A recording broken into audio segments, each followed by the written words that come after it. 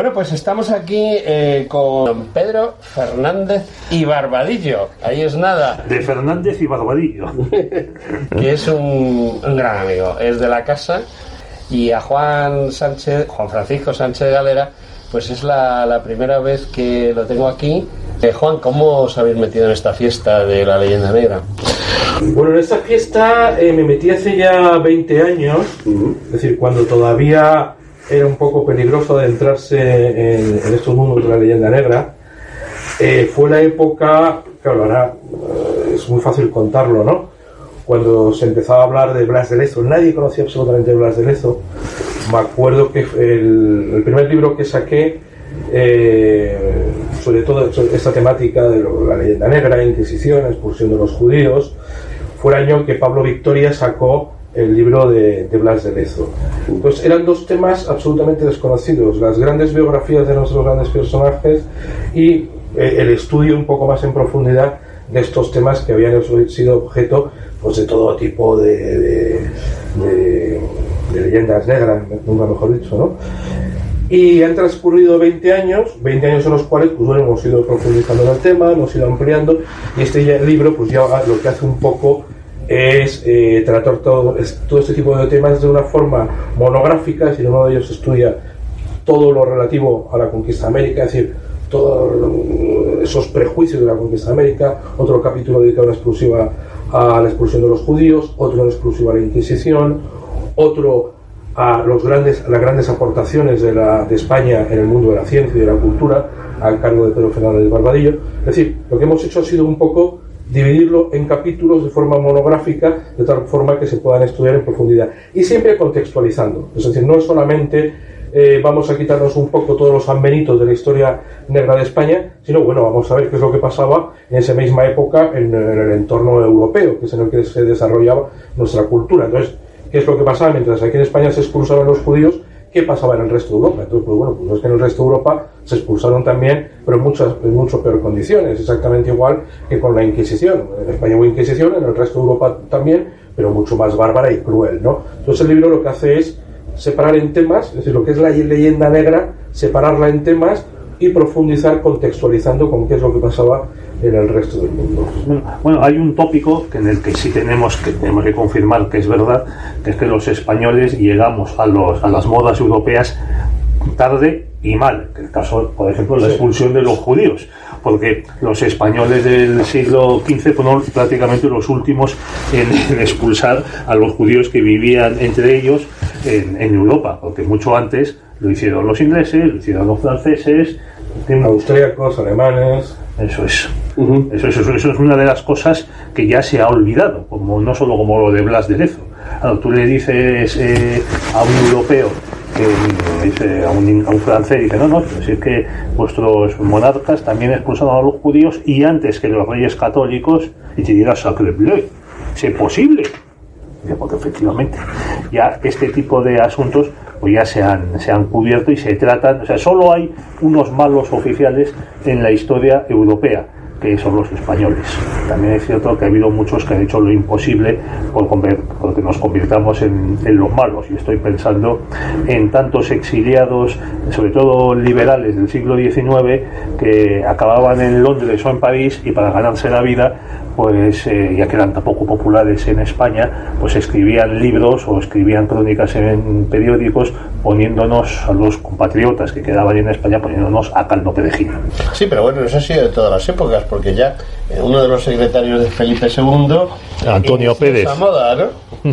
Bueno, pero Antonio Pérez, a fin de cuentas, era un hombre absolutamente desprestigiado, que vivía a sueldo de Isabel I de Inglaterra, pero vamos a ver, en ese momento España estaba en la cima de su poderío como imperio. Lo que dijese este señor pues no dejaba de ser pues un ladrido más de ese grupo de perros que trataba de morder al corcel español. Lo malo es que cuando España empieza a decaer en el siglo XIX, la leyenda negra incluso, muta y se recrudece, sobre todo por parte de las élites criollas que se han hecho con el poder en las repúblicas hispanoamericanas y necesitan legitimarse, diciendo, como dijo Evo Morales en su momento, nosotros que hemos luchado contra todos los imperios, dijo hasta el Imperio Romano. Ese invento. Claro, chico, ya puestos a combatir, pues combates hasta Julio César. Sí, sí.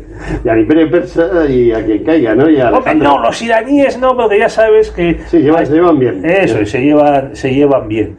Y claro, en el siglo XIX, pues hay otro tipo de leyenda negra adornada con caracteres moriscos y con las mujeres con el traje de flamenca y la faca en la pierna, y lo peor de todo es que esa leyenda negra es la que se mastica y la que se digiere a lo largo del siglo XIX y del siglo XX. O sea, vamos a ver, no es tan importante si la Armada Invencible era o no invencible. No, lo malo es que todos estos autores que nosotros estudiamos en el colegio y que creo que siguen estudiando nuestros hijos, por los del 98, la generación de Azaña, de Ortega y Gasset, todo eso se lo creyeron. Y entonces de ahí viene gran parte de las desgracias que tenemos ahora, de que España es el único país que se ha creído su leyenda negra y cree que de verdad los españoles que el mundo estaría mucho mejor si los españoles no hubieran existido. Bueno, no creo yo que estaría mucho mejor. Porque... No, es verdad que no, pero mucha gente lo cree. Sí. Bueno, oye, se ha dado, gracias a Dios, un vuelco en la situación. Y este libro yo creo que tiene dos características. Una, que no está bien que la diga yo, que es un libro más, si podemos decir que es un libro más de los muchísimos libros que hoy día inundan nuestras librerías. Libros, sobre todo, por ejemplo, Marcelo Gullo es uno de esos punteros que ha salido y que ha triunfado. Ha estado sentado aquí en este mismo set, hemos estado hablando de su libro y bueno, pues es una obra de toda una vida también, pero es una visión muy desde Argentina. Sí, pero en todo caso... La visión es más importante que sea desde la propia península. En todo... Y desde allí también es... Yo creo que es muy importante que los propios hispanoamericanos se reclamen defensores de la verdad histórica. Por ejemplo, Juana ha citado a Pablo Victoria, porque esto lo dice Marcelo Gullo. O sea, el indigenismo o la hispanofobia son mecanismos de dominio de las oligarquías locales y de las potencias extranjeras sobre los pueblos hispanoamericanos.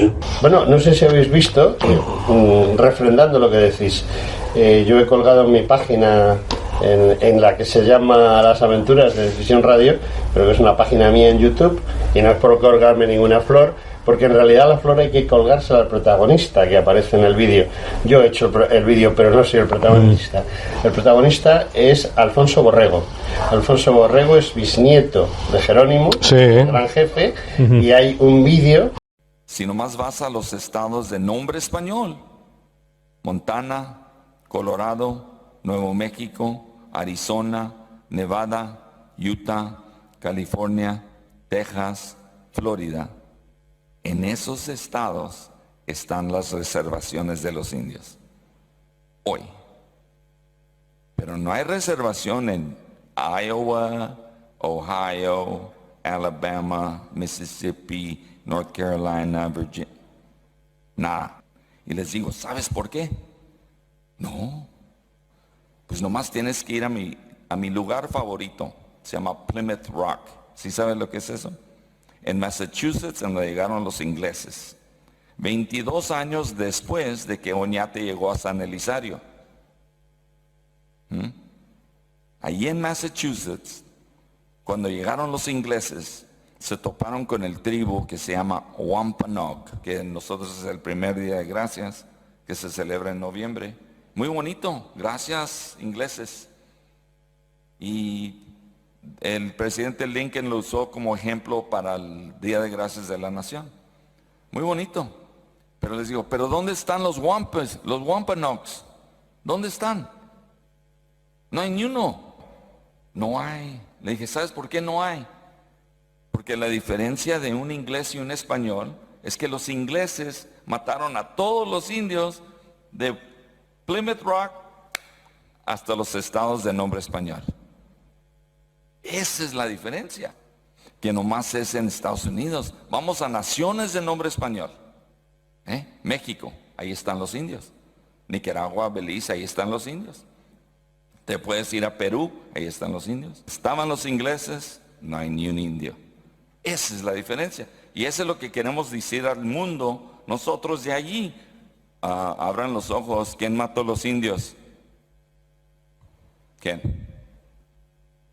Los ingleses. No, los españoles. Pero creo que hay más cosas aquí. Bueno, si me permites añadir también una cosa muy curiosa. Yo he conocido a varios peruanos de Lima, limeños ellos, claro, a Simón Bolívar le detestan, porque Bolívar no solo les invade el país, esto es muy curioso, las dos zonas... Los liberó, sí. No, estos dicen invade, es verdad. Los liberó de sí mismos. Las dos zonas más hispanizadas del imperio eran la Nueva España, México y Perú. Nueva España se independiza de una manera muy peculiar, en parte por la cabezonería española, porque además acababa de tomar el poder liberal. La independencia de Nuevo México, de Nueva España, lo que hoy es Nuevo México, se cuajó aquí en la península. Sí, por la gente esta de la masonería y demás compañeros. La leyenda negra, yo siempre he pensado que nació entre Francia y Holanda, se exportó a Inglaterra y de Inglaterra se exportó a América. Y ahora mismo la leyenda negra es los propios Estados Unidos de Norteamérica, quien la financia y quien la mueve, ¿no? Bueno, también Estados Unidos está sufriendo su propia leyenda negra. Pero bueno, volviendo a México, además México se independiza de una manera muy curiosa bajo la forma de un imperio confesional católico, con Agustín I, que venía de vencer a los separatistas mexicanos, Morelos y compañía. Morelos e Hidalgo. O sea, es una cosa muy peculiar. Incluso le ofrecen a Fernando VII constituir México como estado, como reino gobernado por un infante de la Casa Borbón.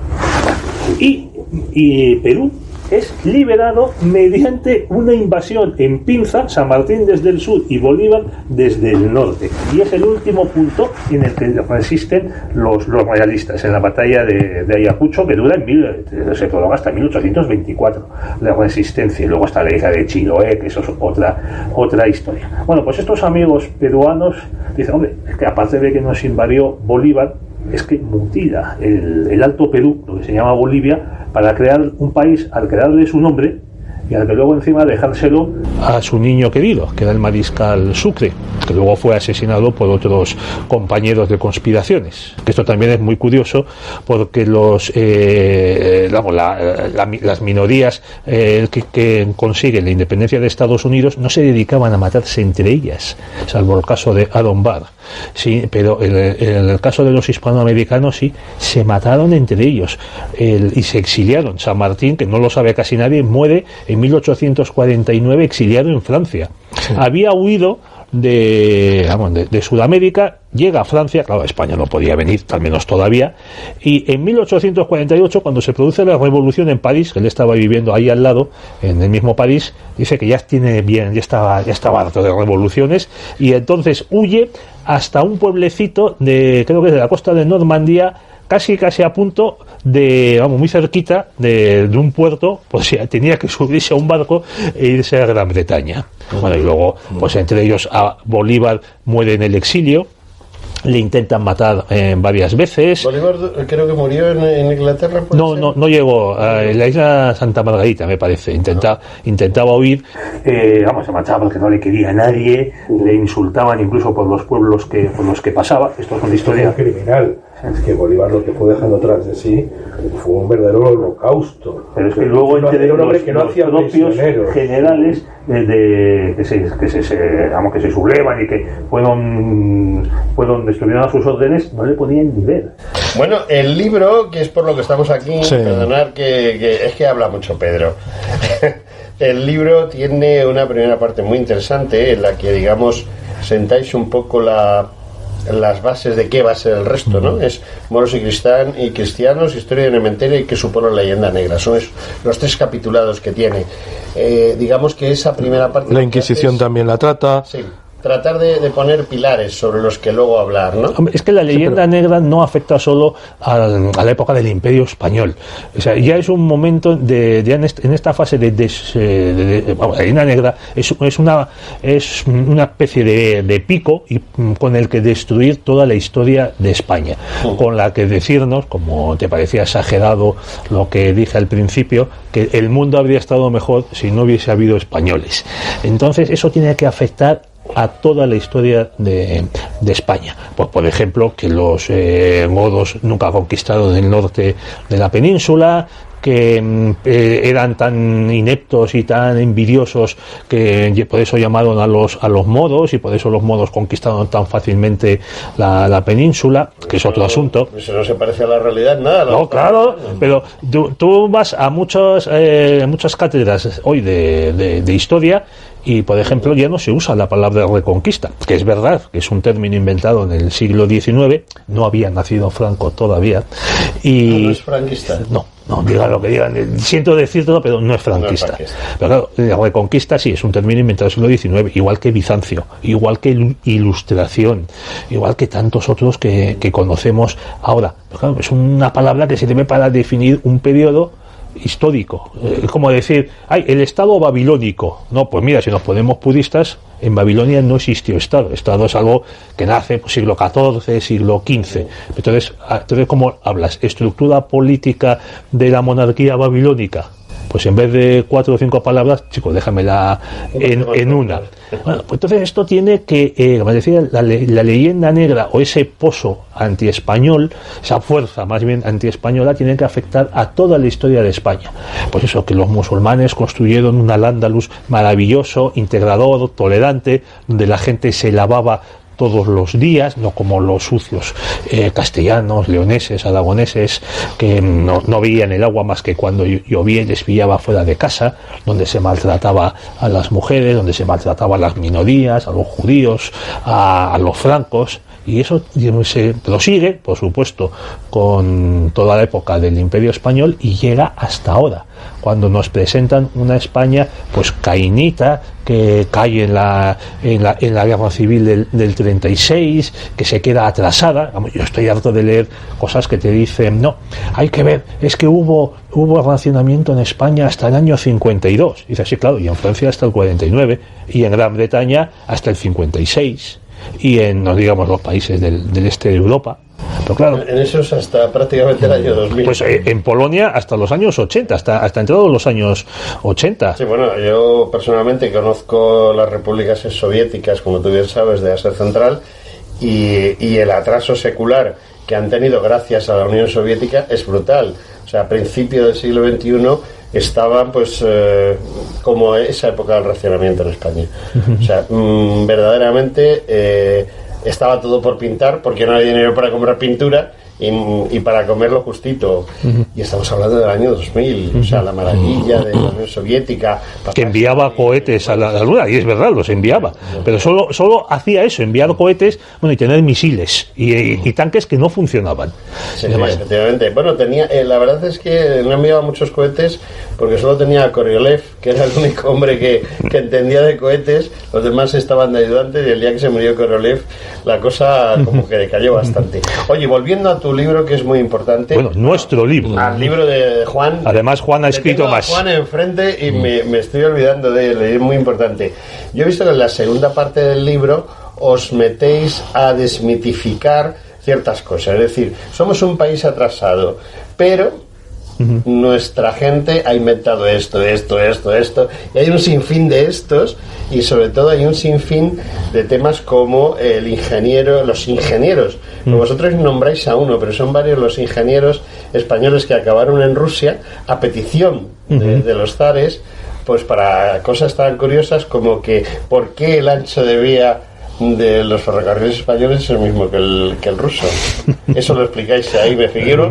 Bueno, hablamos de los, por ejemplo, de Agustín Bettencourt, que da nombre a una calle detrás de nuevos ministerios, es un ingeniero militar canario y que muere en Rusia. Sí.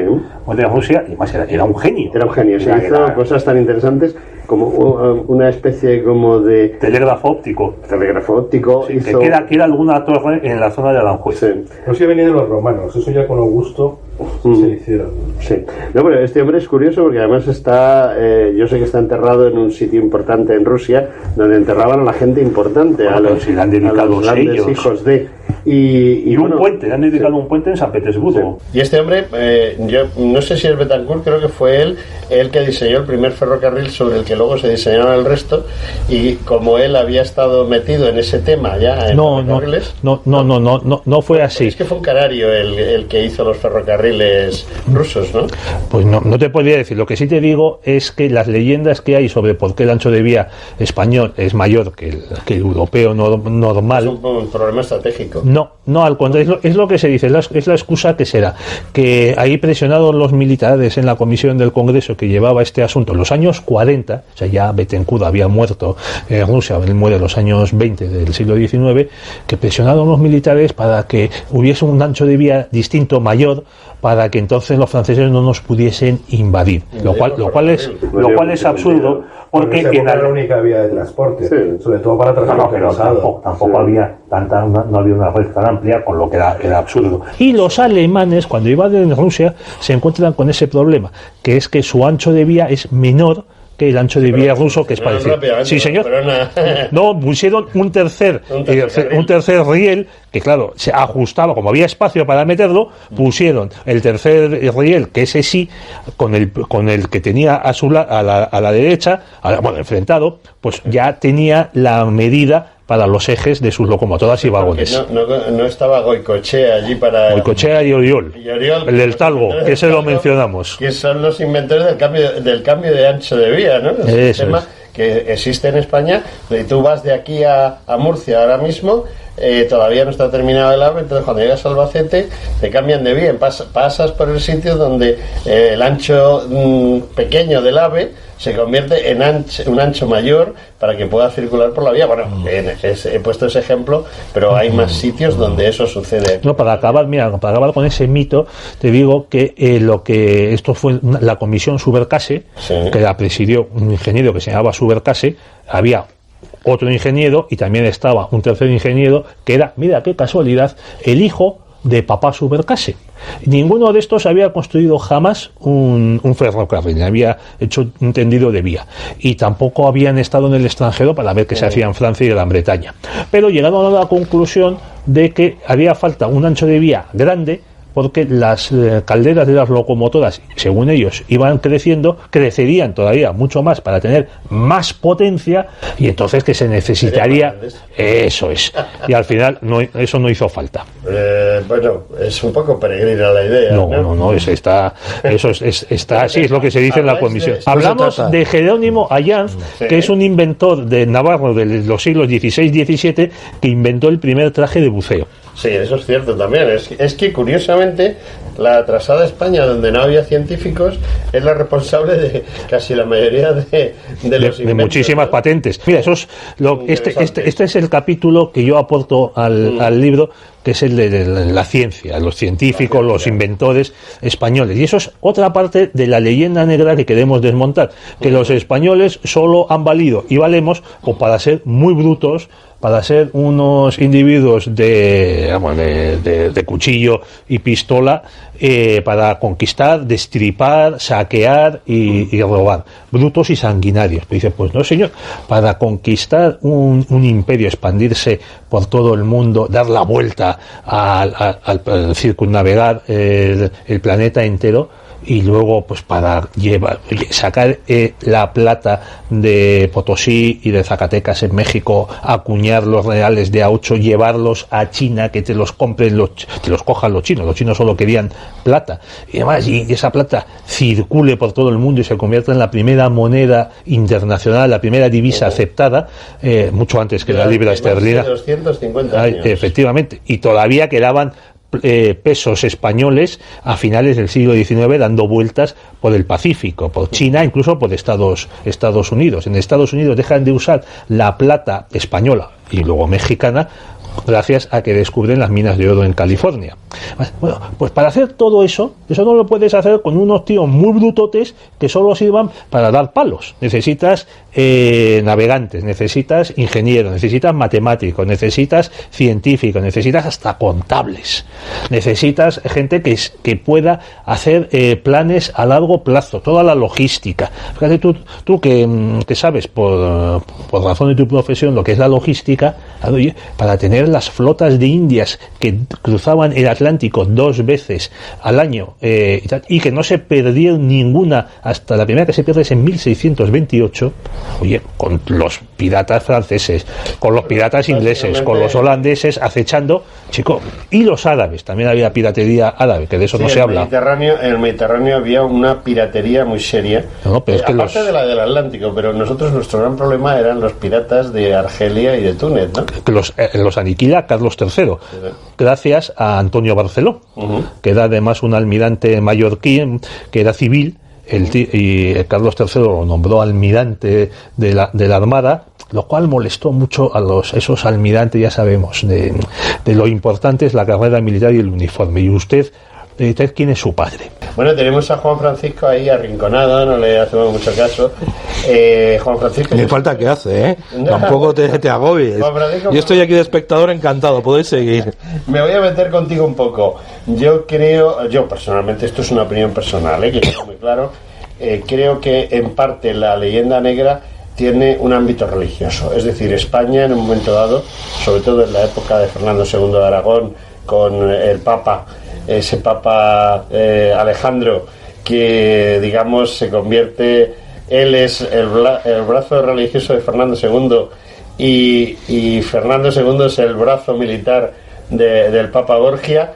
El tema está en que quizá es el enfrentamiento que existe sobre todo en la época de Carlos V, que nos da la reforma y la contrarreforma, lo que pone en marcha más la leyenda negra, porque yo entiendo que quizá la leyenda negra, si no hubiese habido un problema religioso como es la reforma y la contrarreforma, a lo mejor hubiese sido más floja, o es quizá lo que ha hecho que la leyenda negra también crezca como la espuma.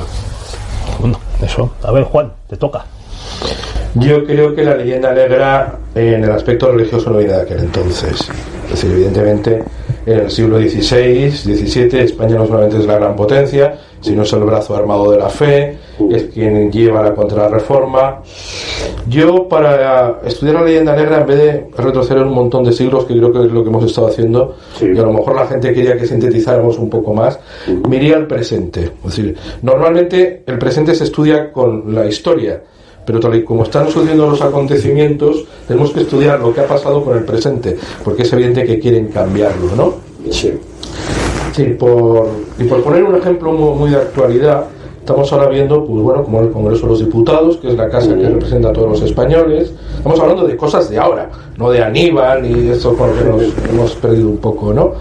Estamos viendo cómo se va a hacer una comisión aplaudida por todo el mundo, por toda la sociedad civil, periodistas, políticos, para estudiar los casos de abusos a menores en la Iglesia. Ya han nombrado a una persona que está acusado de hacer esos abusos para que lo dirija. Pero vamos, es decir, no nos liemos. Efectivamente, ¿no? Es decir, para empezar, no son competencias del Congreso, son competencias del Poder Judicial, porque en teoría hay una división de poderes. Como si el Congreso pues se pone a decir: oye, pues bueno, vamos a estudiar la trayectoria de Venus. Oye, pues mira, no nos gusta la trayectoria de Venus, pues porque es heteropatriarcal. Es tremendamente heteropatriarcal y no nos gusta, hay que cambiar la trayectoria orbital de Venus, ¿no? Pues un poco pasa lo mismo, ¿no? Y el Congreso no es quien para estudiar ese tema.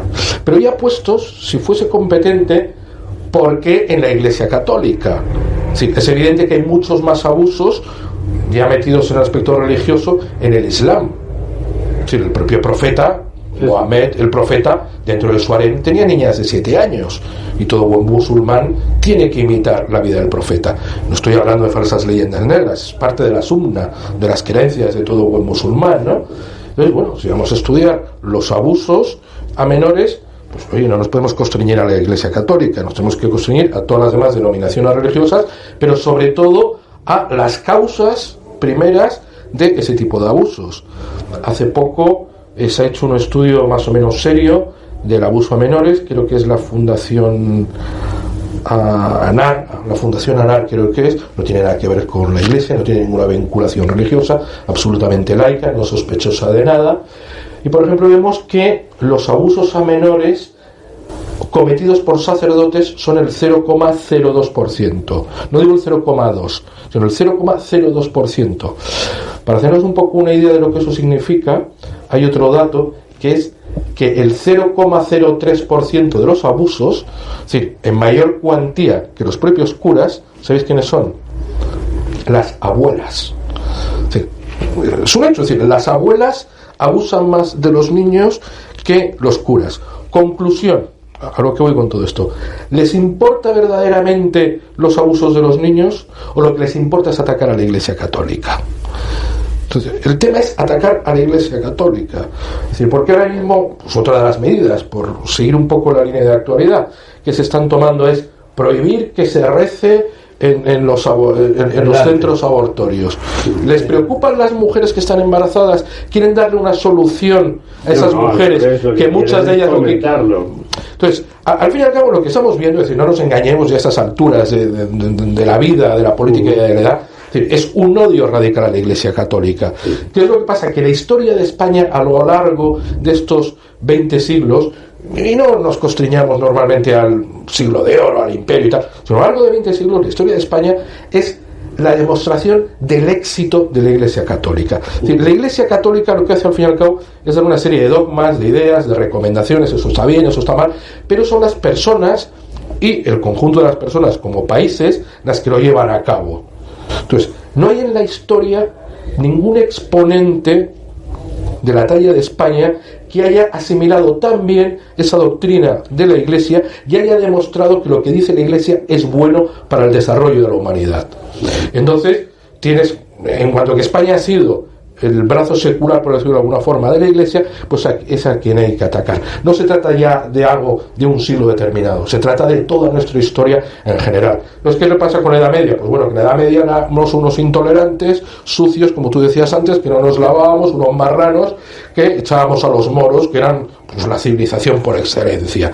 Después llega la época del Imperio, entonces nos dedicábamos a matar indios. Después llega Napoleón, llega el poder de Napoleón a hacernos más cultos. Y no nos dejamos nosotros, ¿no? Llega después la ciencia y nos cerramos a la ciencia.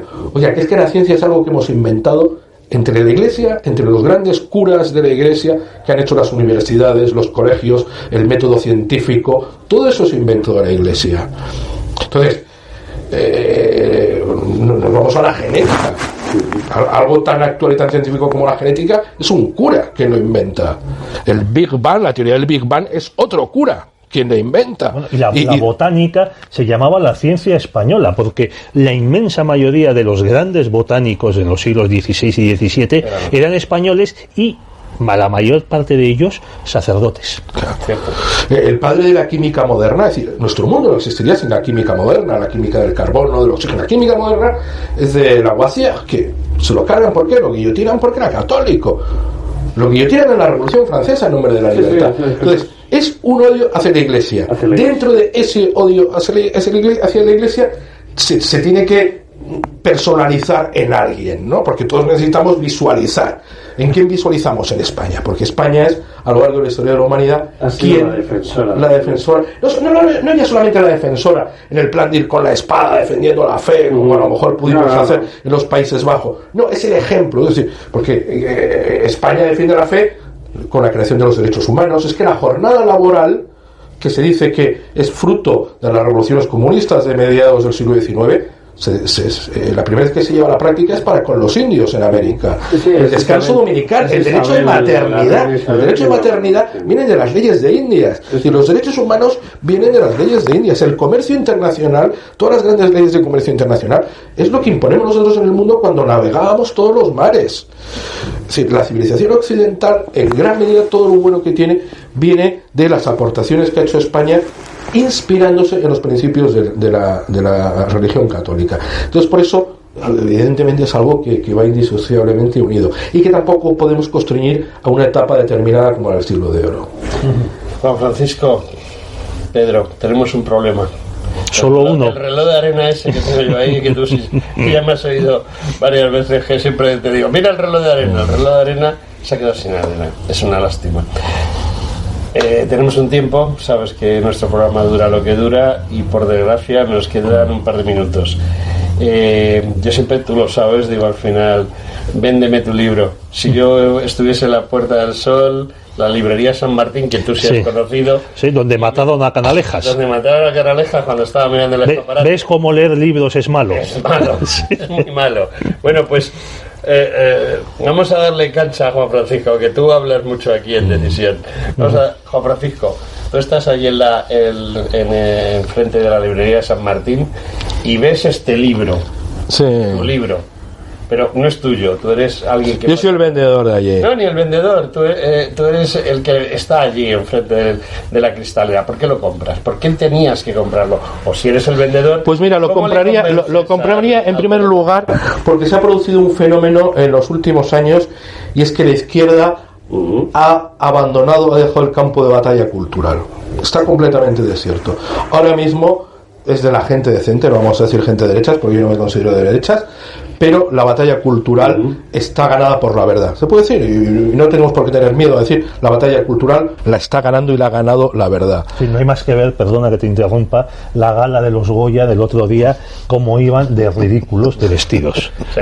O sea, sí. Te das cuenta que es simplemente con esos millones, cantidad ingente de millones que les han dado de subvenciones.